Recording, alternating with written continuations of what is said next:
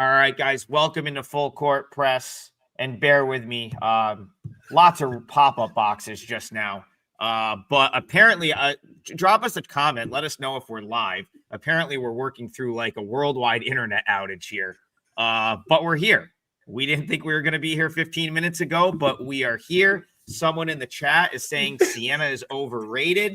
That's not all they're saying, is it? While we're waiting, someone was like, he's still talking to the Starbucks barista. I haven't been to a Starbucks in a long time. I don't know where that comment came from.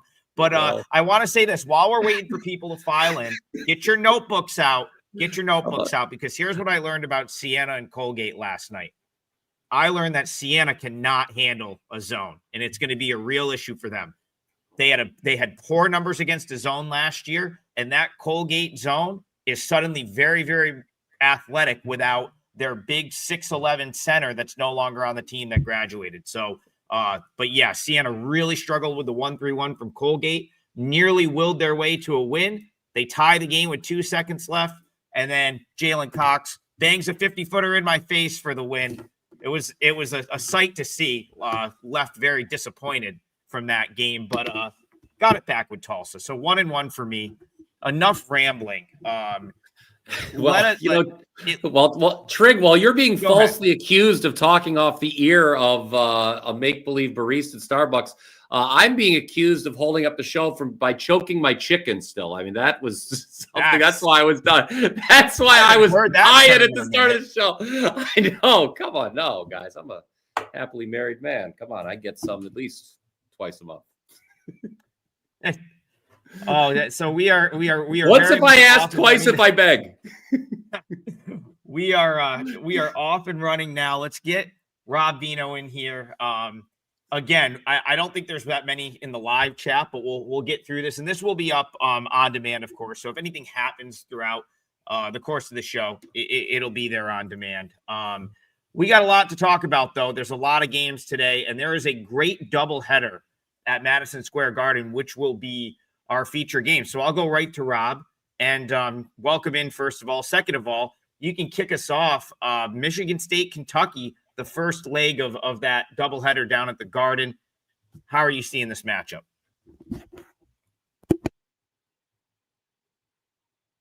I think you're muted, Rob. Yeah. Okay, good now. There we go. Yep. We can hear you. Guys got me? Yeah, I was running that printer overtime, and I didn't want the listeners to hear my printer going. Yeah, MSG will be rocking tonight, guys, with this doubleheader, obviously, for your more high-profile teams. I'm going to defer to you guys on the Michigan State side simply because you saw them live, but I'll go from the Kentucky side here. At first glance, I thought 5 was a little too much to ask. But when I went back over it, and it actually been bet down to 4.5. Now, guys, bear with us because we had no access to our odds screens for a while here this morning. Mm-hmm. But now 4.5 and 53.5. Let's go from there, guys. The Louisville, Kentucky game, because what we're going to pull from here, at least in my handicap, is games that were meaningful, played by both of these teams. On the Kentucky side, that was the Louisville game where they just couldn't hang with Louisville in the same type of pace game as one another. Here, it's a different style. You get Tom Izzo's little slow down style team for Kentucky. I don't know that the total move here, guys, is correct up to 153.5. Although I'll say I don't know that it's incorrect either. I could see it going either way simply because at the end of a game, we might get free throw action here in this one that could send it over.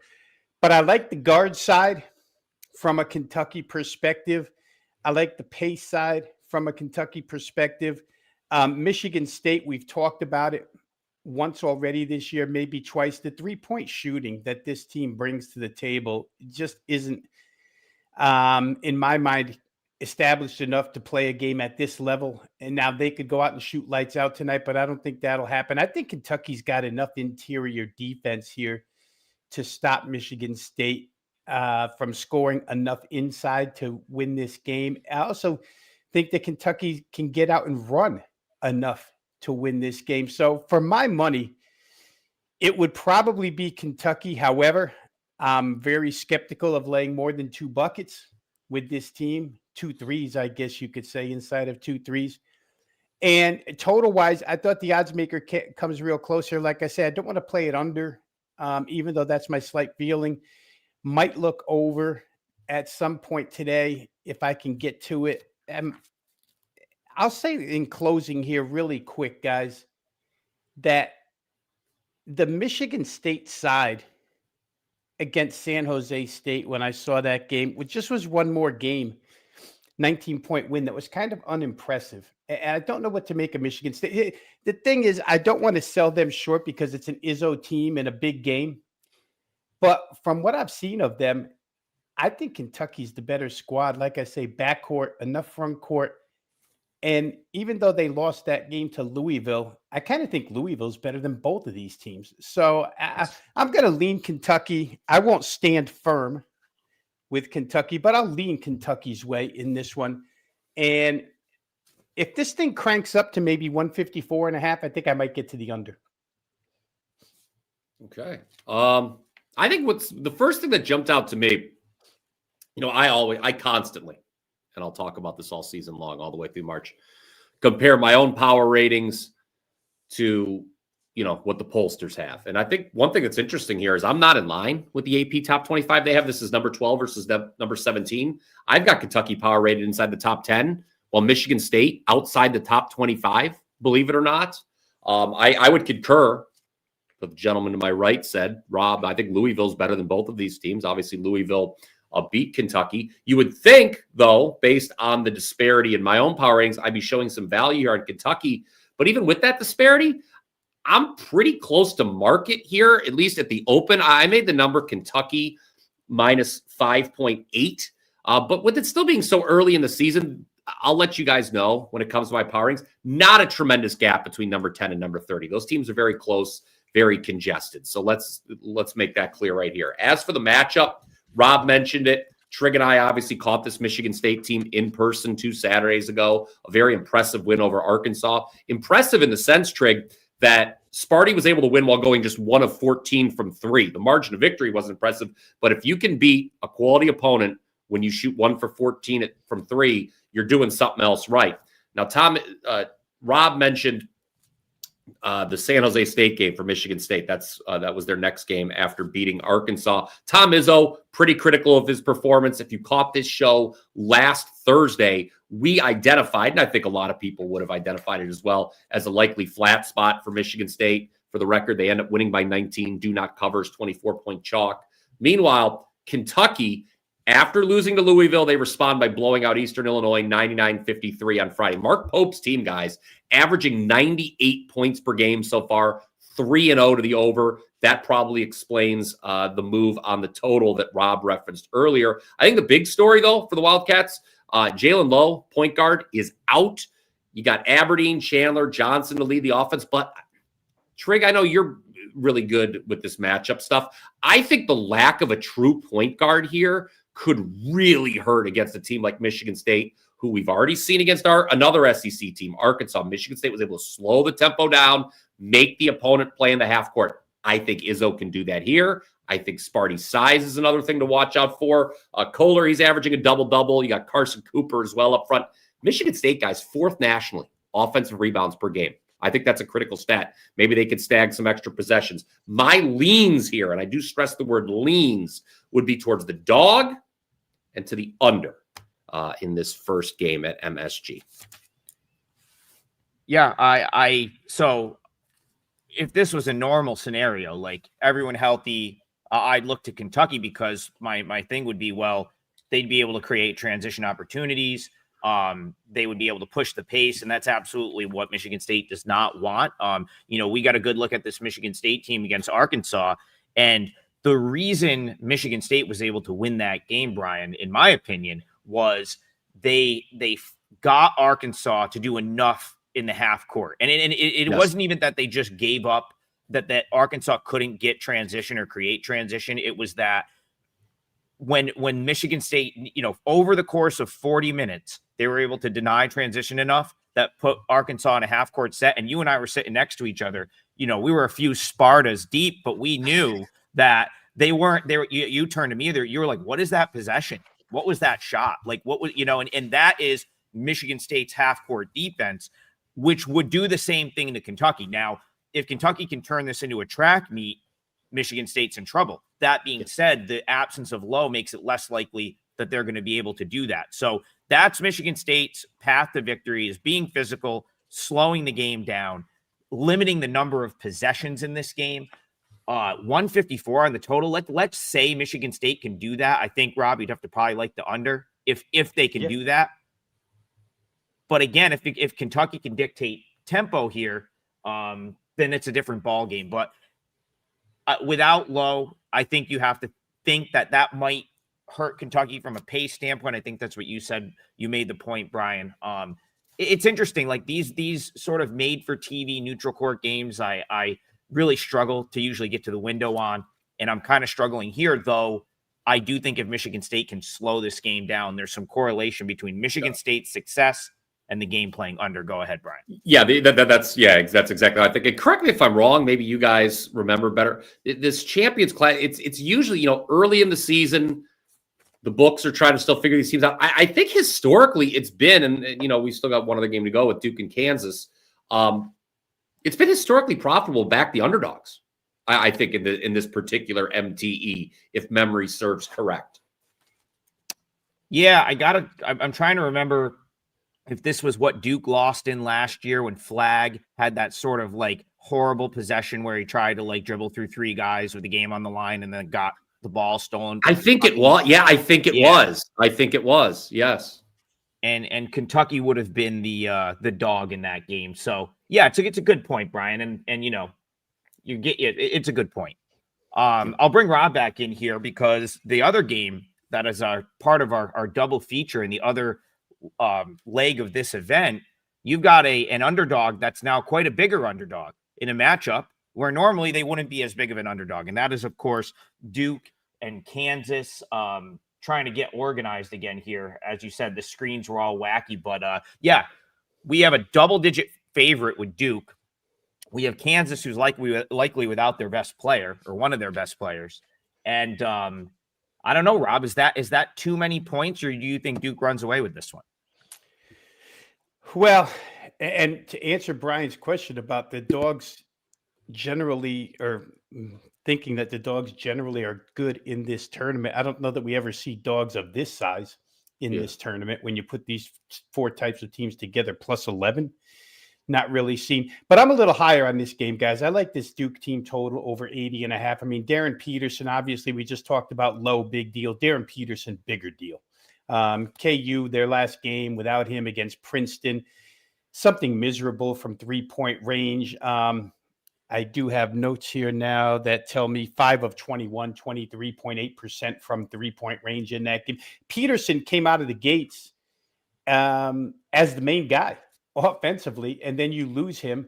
And like I say, the Princeton game, they played without him. They didn't shoot well from three. Duke's pace has been incredible so far this season. They shoot the ball 6th fastest in the country, 13.8 seconds per possession length. That's getting it down and getting the ball up, and they're shooting it real well. Now, opposition hasn't been great, but they beat Texas by 15. So for what that's worth, that's a major college program winning by 15 there. Everybody else, they've absolutely swamped. Contrary to what we just said about Kentucky needing transition and possibly not being able to get it, because again, Tom Izzo, his focal point will be transition defense. They'll go to the offensive glass. It won't be like a Princeton style transition defense where you shoot the ball and send all 5 back, but Izzo will make sure they have somebody back to defend against transition. I don't know that Kansas can stop Duke from running in this game. Their team total is 80.5. I don't see an issue with that here, guys. I think Kansas will be forced to play a little bit quicker. I think Kansas will be forced to play from behind. Not sure yet on Duke defensively, which is why I won't commit to Duke covering this number. Obviously, if they get over 80.5, they're going to be in position to possibly cover. But this thing's liable to rise a little bit higher even during the day, because we know betting these games every day that people bet or fade injuries like crazy, and especially an injury like Darren Peterson. It's like when the public gets to it, it's liable to rise even higher. So I think at this point in time, the way to go here, and the total's even been bet down because of no Darren Peterson. I'm not so sure I agree with that either as far as full game is concerned. But to me, and again, I'm way more betting wise into this game than the previous game. I think Duke team total, asking them to get to 81 here, I don't think is too much. I think the pace will be there. The Boozer kids have been really good so far this year. Give me Duke over 80.5. I like that play quite a bit. I have Duke power rate as number one team in the country right now. I don't think that's, an earth-shattering hot take or anything like that. Kansas power ratings perspective, just kind of inside the top 25 for me. This is a very well-educated chat. Obviously, we have Trigg here on Full Court Press and Rob as well. These people know what they're talking about. Just for those of you who may not understand, loss of Peterson. I mean, this is a guy who's projected to be the number one pick in next summer's NBA draft by a lot of people. So that is a significant loss for the Jayhawks. Peterson had 22 points for what it's worth in Kansas's lone loss so far. That loss was by 13 at North Carolina.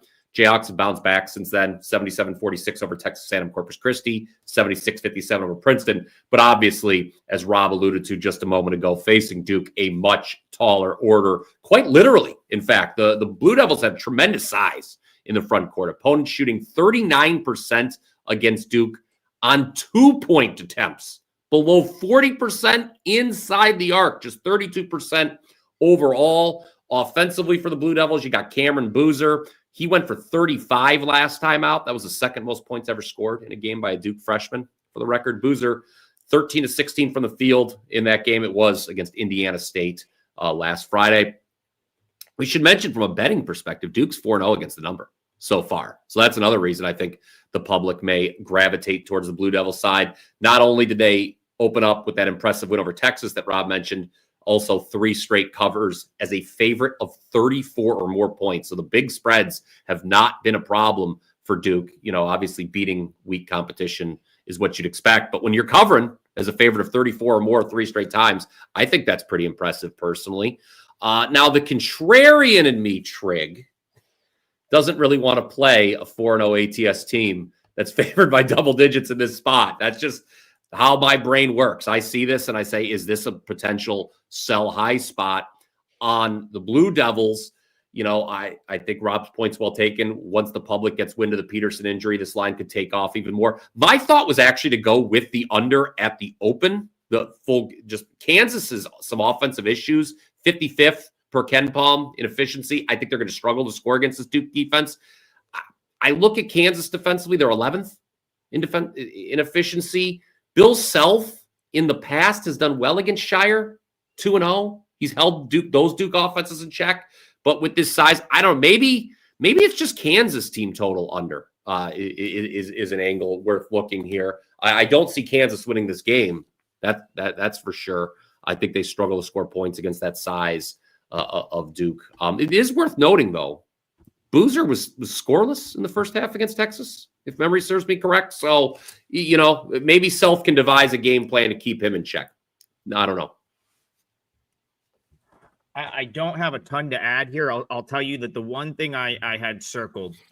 So my number came out, Duke minus 9.5. It's very close to where it opened, Duke minus 10.5. I understand, why it's moving. It certainly hasn't moved enough for me to really be confident punching back. And the reason for that is the one thing I had big circled on my notes.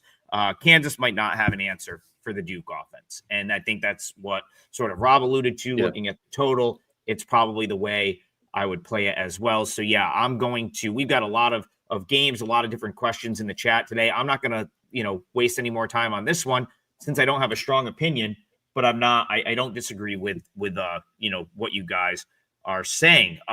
Bunch to get to. J Buff, I see you in there. We'll get to that. Garth, I'm coming to your game. But first, we have a sort of chat debate on one that quite a few people are talking about. And I feel like this is going to be a popular sort of game tonight because you have the Tennessee Martin Skyhawks, who have been as fun as can be, pulling upsets. Brian Power, do I dare call them America's team right now? At least the part of America that pays attention to mid-majors pulling upsets in November. And they are on the road as a large underdog to Florida State. And we have so the chat debate right now is people saying Tennessee Martin. They're going to do it again. We've got the other folks saying Florida State's going to run them out by 40. Brian Power, what is it? What is it? Do you have any interest in this one? My only concern is when everyone falls in love with the dog, that's typically when I back away, right? In terms of this game, let's take a look. I am going to laugh at you, Jay Buff. I don't care what you say. Okay, I'm going to laugh every time your name's mentioned. Let's just go and see, for instance, what I would power rate this game at here. UT Martin and Florida State here. Let me just go to this real quick. Sorry.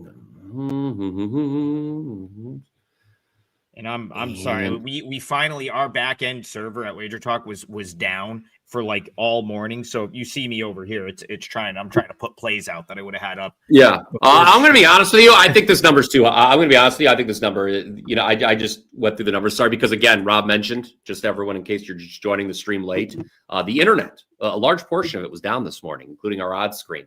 Twitter was down. A lot of sites were down. I'm going to be honest with you. I think this number's too high. That's my initial. I actually do. I'm surprised. I just ran I think this number is actually way too high. Based on my power ratings, I'll dig into this a little bit. I'll let Rob speak on this first, but I kind of actually lean UT Martin right now from a power ratings perspective. As much as my initial thought was when so many people like, oh, I love this dog. Yeah, they're probably going to be overvalued. I actually don't think they're overvalued here, Trigg, at all. I'll dig a little bit deeper for you in a second. Yeah, I'll hop in real quick, guys. I'll tell you what I don't think is too high is that total. I mean, I can see this game survey. They bet it up already. Probably isn't high enough. FSU, for what it's worth, obviously you've got two fast-paced teams, right? And Florida State is extreme tempo. Top 10, fastest possessions in the country. They're going to run it at UT Martin. I think UT Martin will run it back at them. But from the Florida State perspective, what I look at is they score 76 points against that Florida front line. And the Tennessee Martin front line is not even comparable to the Florida front line. So the 76 that they scored against Florida probably turns into 88, 89, 90 something in that vicinity. They've been really good shooting the basketball. Tennessee Martin's been even better. I don't know that I trust the Florida State defense to do anything earth-shattering in this game. I think they'll encourage a track meet, so to speak. So for me, I don't think that this total's gotten high enough. I know that the chat is debating on the side, and every time it comes to me over here on the far right, I want to talk about total rather than side. But I think it's the right way to go. I think that's the type of game you're going to get. I think Florida State will be comfortable in it. I think Florida State feels superior in that type of game, and not having to see the rim protection that Florida presented against them from UT Martin just means more buckets. And these fast-paced games, guys, a lot of times end up with, I'm just going to use a rough number here, at 45 to 50 free throws. And from a free throw perspective, when you get that many extra opportunities, that's usually a good sign for overs. Florida State, for what it's worth, almost shoots 80% from the free throw line.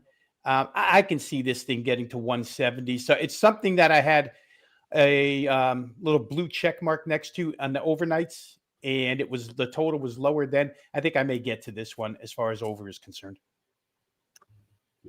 Yeah, so here's how I see this playing out, and this is what makes this game so interesting. And so I'll just point out too, like I made the number Florida State minus 22. Okay, it opened 20. It got bet up to 22, and now you see there's definitely like some market support for Tennessee Martin at 22 because we're now going back toward that opening number of 20. So I think there are people that are on the side of like, okay, this is where Tennessee Martin's going to get run out. And then there's people like Brian Power who are like, no, that's actually like 22 is actually probably a good number. And, yes, because when it hit 22, there was some clear buying to knock that back off in the other direction.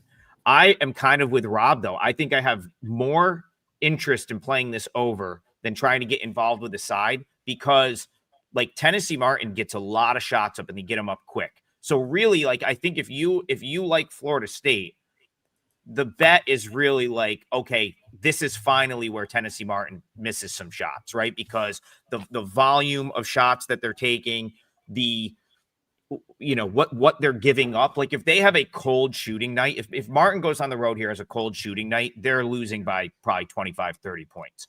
But if they make some of those shots, they're probably in this game a little bit, at least from a spread perspective.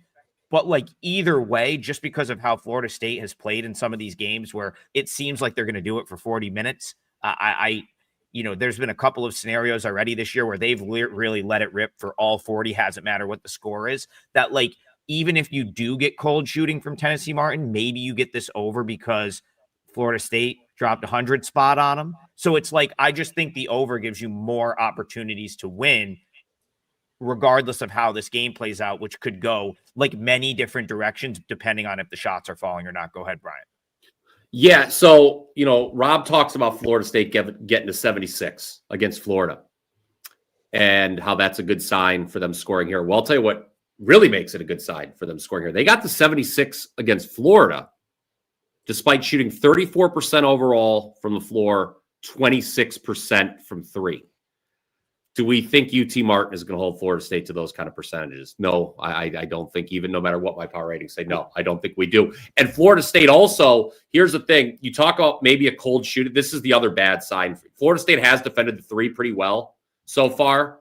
And I think your point's well taken, Trigg. If UT Martin has a cold night from three, they're obviously in a lot of trouble. Florida State also forces a lot of turnovers too. So if UT Martin isn't hitting them from outside and is turning the ball over, obviously they're dead. Those are high variance stats. Obviously, it's something you're going to know. You're not going to know until you click on the game, and we're a few minutes in how it's playing out. But I suppose there is a path schematically for Florida State to cover this big number, even though my power ratings say no. My power ratings actually really like UT Martin in this spot. All right, let's stay on the topic of totals for a second because this one's very intriguing, and we got to get my guy Garth in here. Thank you for. I got to say this, first of all, thank you for the donation to the show, much appreciated. But every time we talk about Garth's game, we pretty much get it right. We've been on a tear for Garth. Yesterday he brought up West Georgia. They ended up going off +4. They won the game outright. I think we even may have touched on. I don't remember if we touched on the under there, but it stayed under, much to the chagrin of Brian Power, who needed that poor shooting last time West Georgia played. Yes. They finally, like you said, they went on the road and missed a lot and still ended up winning the game. So we got that right. And we're going to try to get one right here for Garth again. He wants to know Army team total under 72.5 tonight against Cornell. And this is an interesting game to me because you want to talk about an Army team total under against a Cornell team that is going to just let it rip, play as fast as humanly possible, get up and down, press the whole game, and typically plays high-scoring games. So that's a little bit of a conundrum to me because Cornell is so much better than Army. They're going to control the tempo of this game without question. I have zero faith in Army being able to slow them down. I have a very long list of potential plays today. One of the plays on that list, which I haven't locked in yet, and again, it's a very long list that needs paring down, is Cornell -14.5 on the basis that I don't think Army can dictate how this game goes. I just think Cornell is so far superior to them that if they want to play up and down and press the whole game and get crazy, it'll look similar to the Lafayette game. Now, the only difference is I think that Cornell-Lafayette line, what did we lay, 4.5 with Cornell in that game on the road against Lafayette? Now we're being asked to lay 14.5 with Cornell. Might be a little bit of an equalizer, even though I personally make this 19. So I do still see an edge there. But as far as your question is concerned, and I'll bring Rob in here, who's sort of our resident totals expert. It's tough because Cornell could press them so hard that it turns into a blowout and Army just gives up. And that would be that's your path to the under, in my opinion. Cornell wins this game by 20 and Army just packs it in and says, all right, we're going to walk the ball up the floor. We're sick of getting pressed. We're sick of turning it over every possession. And we score 60 something points and get blown out. But I don't know if I want to bet on that. And so I'll open the floor to the other two to see if they can make some sense out of this. Well, I'll say real quick, Adam, that, Army's kind of a, well, let's put it this way. You want to go very slow offensively. And yet we were talking about Tom Izzo and transition defense earlier. When you look at Army's defensive metrics, and I get that, they played a Duke team that wants to go pretty quick, but St. Thomas doesn't want to go quick. They're just efficient. Harvard doesn't want to really go quick. And yet they're allowing shots at the number 69 rate as far as seconds per possession is concerned in the country. Like you say, Cornell, another extreme tempo team.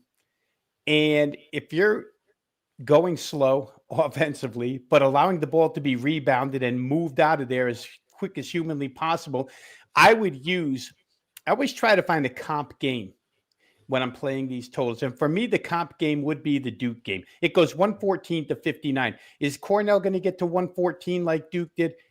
Probably not. Can Cornell get to within 15 points of that the way they play and get 99? Probably can, the way that they play offense.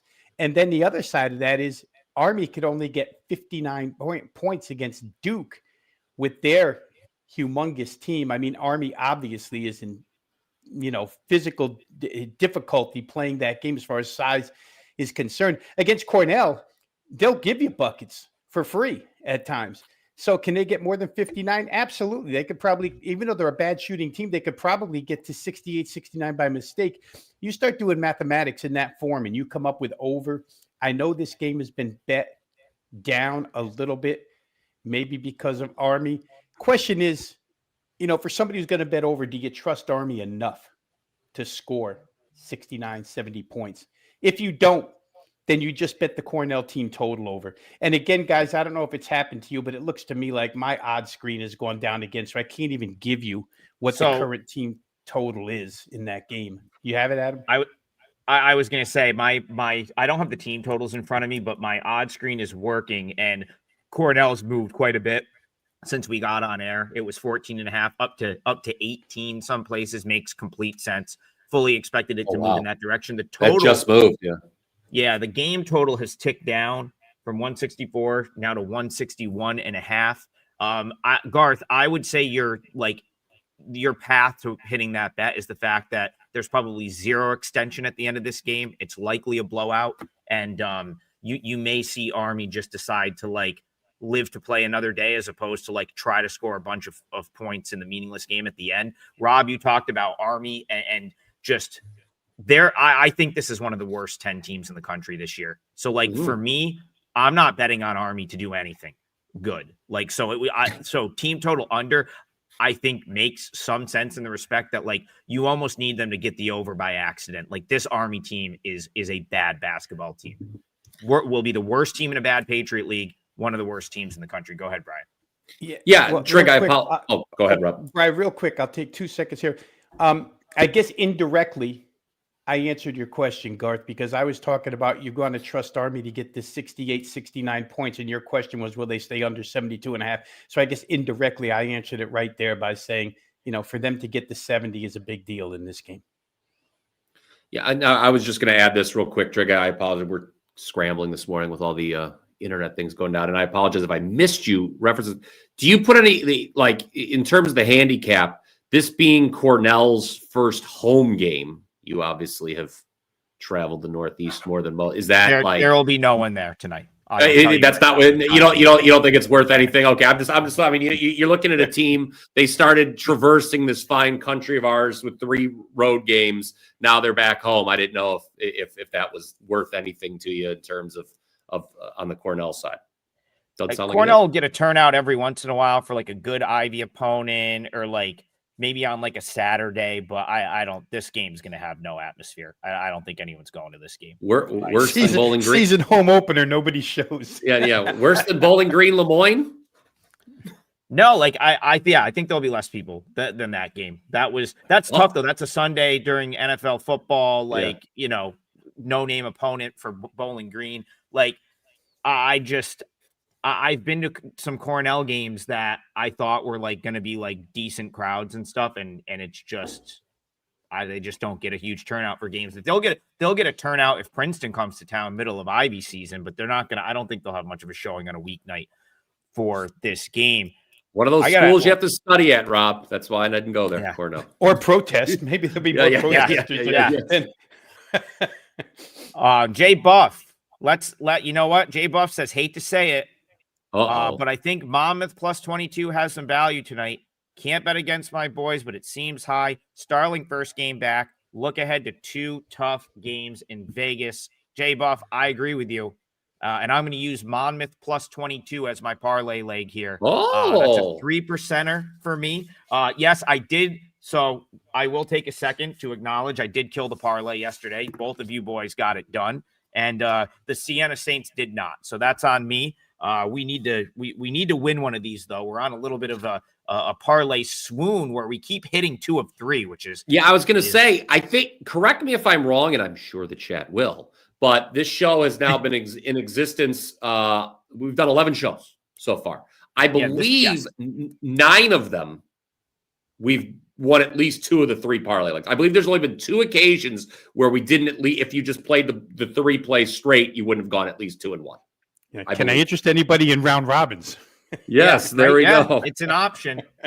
Really, it's just a fun way to get you out some information and kind of track if we have success with it or not. Still plus 9.22 units on the year, and we'll still be locking one in every day, whether they win or lose. So hopefully we can win more of them than we lose. But this is also, you could also play this straight. This will be a 3% play for my clients. And I think Jay Buff nailed the handicap. So I was, this actually opened 22.5, 22.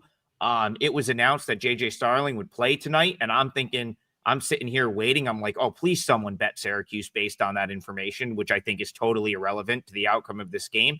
Not that he doesn't help the team significantly, but in this game with a 22-point spread, I just don't think the fact that he'll probably play limited minutes is moving the needle. And it started to get bet the other way. So I didn't want to lose the 22. I took the 22. I still think 22s are out there, might be 20, 21 and a half most places.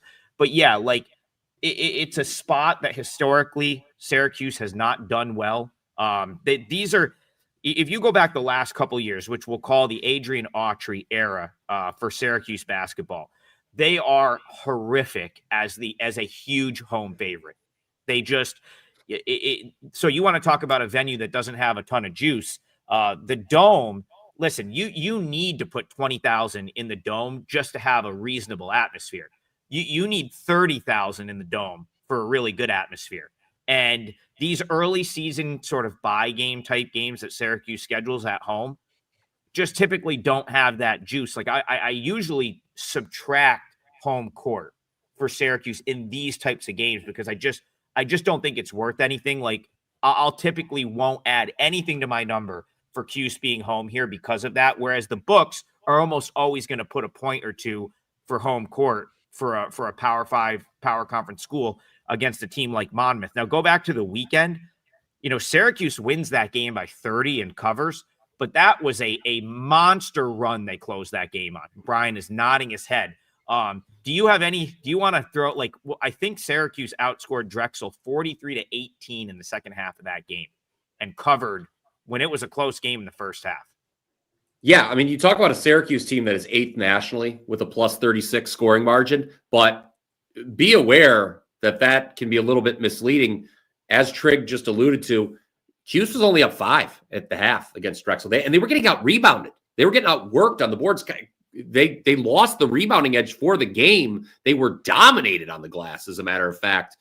In the first half, they lost the rebounding battle 19-8 over the first 20 minutes. You would not expect that at all from the favorite. And then you look at the Monmouth side, okay. First of all, they just played another Big East team, Seton Hall. They go down by 12, but the Hawk, they were up by as many as 9 in the first half of the game, actually led by 7 at the half. So this is a game, if you're just looking at final scores from last time out, very, very misleading because you had Syracuse up by a very thin margin against Drexel, while Monmouth was actually beating Seton Hall on the road at half. So yeah, I think you're onto something here, Trigg. Would completely co-sign with you and you, Jay Buff. I know you want me to say that as well. I think Monmouth plus the points would be the way to play this.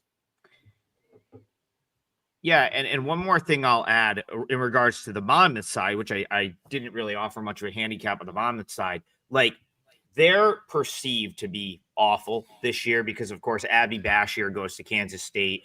Madison Durr, I believe, ended up somewhere in the same conference, maybe UNC Wilmington. And those were like the high volume scorers for them last year. But like last year's team had issues. Like those two did a lot of scoring. Jarrett Valencia was hurt for most of the years, and for most of the year, and they like there was like that team kind of fell apart at times. So even though this team doesn't have the star power of last year's team, like King Rice is a very good coach. He's been a very good coach for a long time. I almost think as a unit, they might be like better than what their market projection is. And Brian alluded to some of that in the recent game against Seton Hall, where they had a lead for a long period of time in that game and were competitive. So Jay Buff, listen though, you got to cash the ticket if you want your flowers. You don't no flowers until tomorrow. Except I think he might want his flowers for the Lemoyne call last night. So we'll give him that. We just need to know if you're leading Syracuse out to the court tonight. We can't bet this, so we need to know that. Hopefully you're going to watch this one in the comfort of your own home. It's cold and windy as hell out. You don't want to be walking down on the streets of Syracuse tonight. It's going to just stay home. Don't lead the team out, and let's cash Monmouth plus 22, which is a client play for me, 3%. And he's saying he did last night. If you led Lemoyne on the floor, I'll lose. That is just I can't. I need to see that to believe it. But you got to be ribbing me. You got to tell Brian Power if you're going to do that, because he needs to. I mean, he would. I can't bet against you, Jay Buff. Yeah, I can't bet against you, Jay Buff. At any rate, we'll move it along. Monmouth plus 22, first leg of the parlay, 3% play for Trigg, and we'll leave it at that. All right, let's get back into the. You know what? Actually, I'm going to go to Rob. We got to hear from Rob. Little dealer's choice for Rob. We'll see if he wants to lock in his parlay leg or not. Throw something out there that we can chat about here. All right, two things. Very quickly, I will throw out a parlay leg that we've already talked about. I just think Duke over 80.5 team total is an absolute way to go here. One last thing I'll throw in that particular game is that Kansas has already faced this style with Peterson and gave up 87 to UNC. And UNC is not as good not as quick as Duke pace-wise so far this year, not as good shooting the basketball as Duke this year. To me, getting to 81 here, I don't know that Kansas can do much about it. Secondly, Adam, I'll throw one out there because we've talked a lot about these two teams so far this year. And again, odd screen down. I apologize, guys. I don't have exact current numbers to give you here, but Little Rock and Murray State. Little Rock's been on a journey all season long, right? They had those couple of games in Wisconsin, I think it was. I had played that team or that full game total against Marquette over. Didn't work out because Little Rock came through with 49 points after Shaka Smart had said he was mad at his defense, and they proved to be right. Little Rock comes back. They score a little better. But Murray State from the Missouri Valley, we've talked about a little bit here too, Adam, and they didn't get the money. They've like plus 10.5, and they're within 10 with 30 seconds left to go, and they don't get the money in that particular game. I'm trying to forget trying to remember who the big favorite even was in that game now. Anyway, I think Murray State comes through here. I just don't like the Little Rock offense. Again, I've said before that there's scattered shooting, there's sporadic, there's nights. They're going to have good nights. You play 34 games in college basketball, and the volume is good enough to, on a night where you can shoot 46, 47% from the floor, where you're going to score big numbers. But Little Rock just doesn't do that consistently enough for me. And to me, Murray State is going to be a challenger in the MVC this year. Solid offense. We've seen it so far. Pretty good defense. I think that in this particular game, in this particular matchup, they can do what Little Rock does and even better. So without having that number in front of me, I'm going to leave you with the thought that Murray State is the right side in this game. You know what? I have an overnight though. Unless you guys can give me a current, I'll tell you, because I had a check mark next to this game. That's why we're talking about it. Murray Oh, goodness. You guys got it? No, where is it? I got Murray State 14, there it is. guys, on the overnight. 14. It's at 14 and a half. It's at 14 and a half now. Yeah, and I think they're more than capable here. It may sound like a lot, but Arkansas Little Rock is a team that just under Darrell Walker, they've got a tendency to go into huge droughts where Murray will take advantage. So I think Murray State is worth a look here in this game, guys, somewhere in the, I don't know, I'm going to call it somewhere in the 84-68 vicinity, something like that. I could see that very well happening. All right, I'm gonna go ahead, Brian.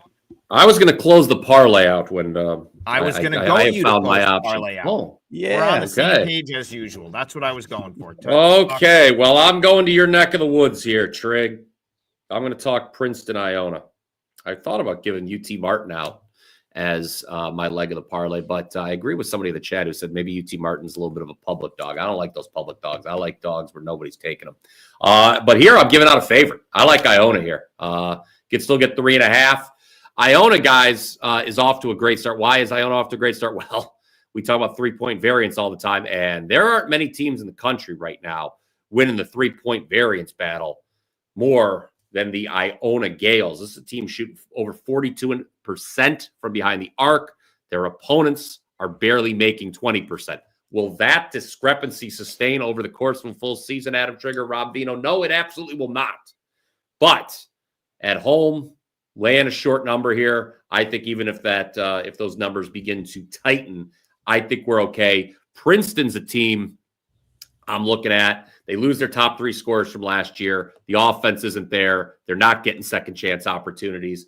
Iona as a short favorite is going to be how I close out this parlay. Yeah, I hate to say it, but because of course that's, as a Siena guy, Iona, we hate them. Hate Iona. Hate you, Albany. Hate Iona. Those are our 2 rivals. I have been I've been as impressed with Iona as maybe any team in the country this year in terms of so new head coach Dan Giroux comes in. He's an NBA guy. They went the route of NBA assistant, and they kind of are doing things that the rest of the MAC conference maybe poked fun at them a little bit, for going the route that they did. Of course, the guy that they fired, Tobin Anderson, famously provided Brian and I with one of the best moments of our lives in the steakhouse with Fairleigh Dickinson, knocking off. We were just trashing the place, which is awesome. He goes to Iona, kind of gets ousted from his job. A lot of people didn't think he deserved to get fired, but they wanted to just switch it up, go a different route. They bring in an NBA assistant in, and all of I heard some mixed things this summer with people that got to go attend practice and stuff. But the comments he was making, I feel like Giroux came out and was listen, it's going to be a slow build and stuff like that, because he just didn't want to set unnecessary expectations. But everything I heard from people going to watch Iona in practice was this team's going to be really good, and they are just the practices were super dynamic, a lot of different things going on. And I just think that they might be onto something. And there's probably a reason that they must have had a really good feeling about the guy that they were bringing in, because by all accounts, Tobin Anderson's a pretty good coach. And a lot of even the coaching community was can't believe they let him go. Mm-hmm. So I'm just trying to read the tea leaves a little bit, but now I've got to watch Iona a couple times, and they get A+ marks from me. Are they going to regress at some point? Probably. Can't hit shots like they've been hitting all season long, but until they do, I'd be scared to bet against them. So Brian, I'm not gonna go against that leg, and I'll be rooting. Unfortunately, you'll make me root for Iona for tonight. I do want to add one thing. While it was a different coaching staff for Iona, this is a revenge spot for the Gales as well. They lost the season opener last year by 1 to Princeton on last-second free throws, and that was a game on the road. Iona led by 12 at the half. The players remember. It may be different coaches, but the players remember. Give me Iona. Yeah, give me Iona to round. Trigg remembers because he was in the building for that game. I was in the building for that game. Of course you were. And they totally – but remember, that Princeton team, Xavier and Lee won that Yes. game for them. And he was the guy. Yes, he made the free throws. Yes. He single-handedly won that game. Iona was the better team the entire time. And they had a great look to win it, which you could still probably find in my Twitter history if you go back and go through it. I posted that. I was at that game last year, and Iona had just a dream look from the elbow to win and rimmed out. Yeah, 12.5-point dog. Back when I used to cash tickets in person. Now I just lose when I go to games and bet on the team that I need. So, but anyway, so we are going to go the full hour, even though we started late. We're going to go the full hour. And actually, I don't think we have like the usual hard stop today. So we'll get some more of these games in. We should mention it's $5 Tuesday at wagertalk.com, which is now up and locked and loaded. $5 Tuesday, of course. All of your favorite handicappers have their top play available for just $5 here. Go to our respective pages. Mine is already locked and loaded. It's in college football. Trigg, I know the MAC like the back of my hand. I am a proud Mid-American Conference graduate. We're 3-0 with these weekday MAC games the last 2 weeks. 13-3 college football run overall to start November. And so you can get my MAC attack, a 4% play for just $5, WT.buzz/BP, if you are so inclined. Thank you very much. Yeah, if you have a MAC football game, I'm playing it at this point. So I think that's I think that you could do far worse with $5. Like, for example, I spent $6 on a coffee at MVP Arena last night, which was essentially a Dunkin' K cup, just put in a Keurig, but that was $6 at MVP Arena. So yeah, $5. Did you get it quicker than that place we went? Did you get it quicker than that place we went to in East Lansing? Yeah. Okay. That was something else. Yeah. That was like like they had to go procure the beans from somewhere. Like that was incredible. I want to go to the chat here because this is an interesting one, and I'll bring Rob back in because we've had opinions on this team all year, and that team would be the Xavier Musketeers. Now, the chat question is, ODU money line, is that worth the sprinkle? My gut says no. This is Xavier probably gets a win here, and I made the number 9.5. But like Rob, I was kind of hoping that the market was still out of whack on Xavier. I think I would have taken ODU with a few more points. At the current number, I couldn't do it. What about you? Yeah, I couldn't do it with Xavier at any point until we see something different, Adam. Now, I will say, from a Xavier perspective, the schedule has been not the easiest. I mean, it's not a cakewalk type of schedule. So maybe some of the results we're seeing is the product of them playing up above their heads. Here, I'm not sure that they're playing up and above their heads. Sometimes you come back to, regress back to the mean of where you should be placed and you play better basketball. But all that being said, Xavier's not a team at this point in time that you would have any interest in laying points with. It's, in fact, I'll tell you this. It's a game where, like I said, on my overnight sheet here, last night I absolutely crossed it off because I want to see Xavier playing against some lesser competition first and just see if I can get a true read on them. Are they just a team that's not going to compete in Big East basketball this year? Or are they a team where, against lesser competition, maybe they have a chance? I looked at total in this game, guys, because that's where my eyes are always first drawn to.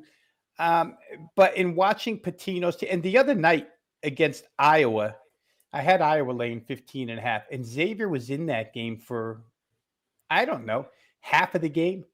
And then the dam just broke and Iowa poured it on. There was a time when I thought, man, I might not make this 15.5. Then it teetered 14-16 until Iowa got the cover. So they hung in a little bit against a very good Iowa team in Carver Hawkeye. That's not the easiest thing to do. I would, in my personal case, I'm going to stay away from Xavier until I get a couple more reads on them. We know they're not what they usually are, but what does that mean exactly? I'm not so sure. So I'll stay off of this game. I can't argue anybody off of ODU after the results we've seen so far.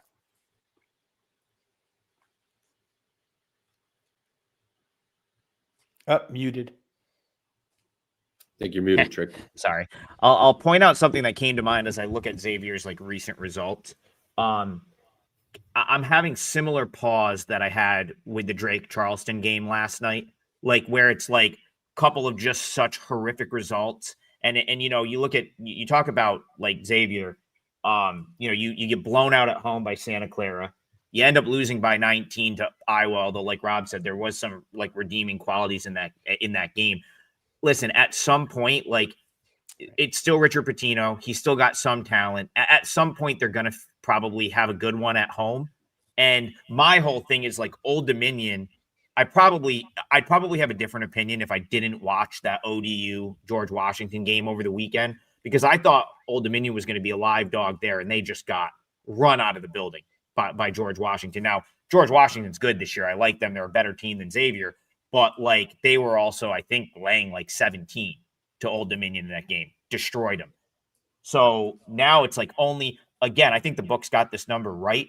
I would have liked a number closer to, I would have been more willing to take Old Dominion if I was getting the same number that I was getting in that George Washington ODU game. But now that it's only 9.5, like, I don't know, something tells me if Xavier puts together a game, they're going to win this by 10 or 10, 11, 12. So I'm kind of out on this one. No play for me. Rob, I'm going to kick it back to you because you're the West Coast guru, and we have a rivalry in Riverside tonight that Garth would like to talk about. So let's bring Garth back in. Let's talk about two schools that are about 8 minutes apart, and that would be Cal Baptist and UC Riverside. I don't know much about this rivalry, but I'm sure the fact that they're 8 minutes apart makes it a big deal locally. And Garth wants to talk about totals. So that's kind of West Coast and totals is right in your wheelhouse. So we'll go to you here. First inclination where Cal Baptist is involved is to probably try and stay under. Again, Rick Croy is a guy who I remember best from Mississippi State at the time. Slower pace guy, brings that to Baptist. As I look at the analytics now, 309th in average possession length. So that goes right with who he is. Try to slow this game down against Riverside. Riverside, I think we talked about, guys. Was it the New Mexico game? It was some game where we talked about them a little bit. Gus Argenal, a guy who has tried to change styles for Riverside. 2-2 so far. The schedule has not been bad. It's interesting that you play North Dakota in a home and home. Those games were very close, 4-2 points. Lose by 14, however, to New Mexico, and a team that's actually in a complete grassroots rebuilding stage at this point in time. So that's not a good sign. I think my best advice on this game comes to something we've been saying for about 2.5 weeks now, is that some of these teams that have some philosophical changes in their style take time to gel. To me, Riverside is one of those. Baptist knows who they are. I think they can control the game here. 140.5. Brian, I think we said it earlier this year. When you get involved in games like this, a lot of times you don't realize how hard it is to get to 140 when you have crawlers on the floor. It's just, and it's not like you're going to get a ton of foul shot opportunities in this game. So the odds maker probably has this priced in a really good place at this point in time. And I would be hesitant to play either way. I'm not going to talk anybody off of a feeling that they have on a game, especially if I don't have a stance on it. So if you want to play over, Garth, I would play over. But to me, the number's in too tough of a place for me to give really solid advice either way. If you're looking for a team who's scoring points tonight, I'm just going to do a hard right turn here, Trigg, before the parlay recap and we get out of here. Go for it. Team that I think is going to put some points on the board, and it's a team we've talked about on this program before, is Kent State University, playing Eastern Kentucky. Eastern Kentucky is a team, the way they are going to play defense, they give up a lot of open looks from three. And what has Kent State been doing so far this year? They've been knocking them down. This is a team that we've mentioned on the show. They're shooting a lot better from three than they did last year. I think that continues tonight. I would look at the Kent State team total over against Eastern Kentucky, and that number real quick here, I forgot, I wrote it down, or I didn't write it down, 84.5.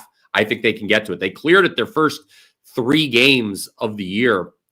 They scored 110, 86, and 102 their first 3 games before scoring only 76 against Wright State. That 102 against Cleveland State, by the way, the game was played in Greenbrier. a resort out in the middle of nowhere in West Virginia by the National Park. Ballroom for those keeping score at home. Yeah, for those keeping score at home. So this is a Kent State team that can score no matter where they're at home tonight. I think Eastern Kentucky struggles to get stops. I just realized someone said, "You sound good, Trigg," and that was definitely when I was muted. So outstanding troll right there. I'll tip my cap to that one. Absolutely love it. Listen, I don't like the sound of my voice either, but some things in life you don't get to choose, and that is, that's one of them. I'm just scrolling here because we typically have to get out right at the hour mark. Today we have another minute. I'm trying to get one at the horn, and then we'll recap the parlay because I know we got other shows to be on and stuff. I'm just doing a quick scroll. Yeah, Brian Power will be on Wager Talk today. It is $5 Tuesday. Check out our pages. I'll put one of my pages up, or I'll put one of my plays up on the page, but also I'm going to have a pretty big card today, college hoop, because I've already got 3 plays out, and there's like a lot more that I like. So check out that full court press special. It's a great deal for 3 days, and you get all the plays for 3 days. And in college basketball season, for me, that's going to be much more volume than it will the rest of the year. I got one I want to finish it up with because I just think that this game deserves a little bit of attention. Out here in Western New York tonight, we have a couple 4-0 teams going at it, and that would be the Vermont Catamounts and the Buffalo Bulls. Figured Vermont would be 4-0 at this point. Did not expect Buffalo, another MAC school, Brian, to be 4-0. Power rating wise, I think Vermont is the superior team. It opened -1.5. I agree with the move up to 3. I think it got to 3.5, and some folks punched back with Buffalo. I think it's going to be a really good game. Slight lean to Vermont toward me, or for me there, just because I think they're the superior team. I don't give Buffalo like this huge home court edge. They tend to not get like a very, if I recall, does Buffalo play football tonight too somewhere? Are they playing in one of the MAC games? It's tomorrow, right? Is it tomorrow? They play tomorrow against Miami of Ohio. Oh, actually, so they have, I think that's a game that's in Buffalo. Is that game in Buffalo? It is. Yeah, yes. So, the quitter Daquan Finn will not be accompanying Miami of Ohio. Yeah. Maybe you'll get some folks out to that game. I don't know. My initial gut on the open was that if you could get a Vermont money line at like -125, like they're just the superior of those two teams. And I wish I had more of a handicap there for you, but should be a good game. And, just to touch on, before I close it out, did you any of you have a thought on Vermont Buffalo in college basketball tonight? I'll pass. Yeah, it's fine. Hey, I actually think that's probably the play. But, sneaky matchup there with a couple of teams that have kind of started 4-0. I certainly don't think anyone had Buffalo 4-0 at this point. Outright win over DePaul as an 18.5-point dog on the road for the Bulls. So should be an interesting game. A lot of interesting games, a lot of plays. So check out our respective pages. It's $5 Tuesday. So you're going to be able to grab a $5 play from each of us. A bunch of good specials up there right now. I gave you one of my client plays in the parlay. That's going to be Monmouth +22 and +22. I saw 21.5s out there. That's fine if you can, if you have to take 21.5 in that, I think that's still fine for a 3% play, which is what I gave to my clients. We have Brian Power. He's going Iona -3.5, and then Veno's going to close it out in the nightcap of that New York City big time feature doubleheader tonight with Duke over 80.5. So Monmouth +22, Iona -3.5, and then Duke over 80.5. Thank you guys for bearing with us today. Sorry about the technical difficulties. It looks like it wasn't just us. Seems like a few people had internet problems this morning. So we got through the show. Hopefully we got you some winners, and we will be back, as long as the internet allows it. We'll be back at 10 a.m. tomorrow for another edition of Full Court Press. We'll see you guys then.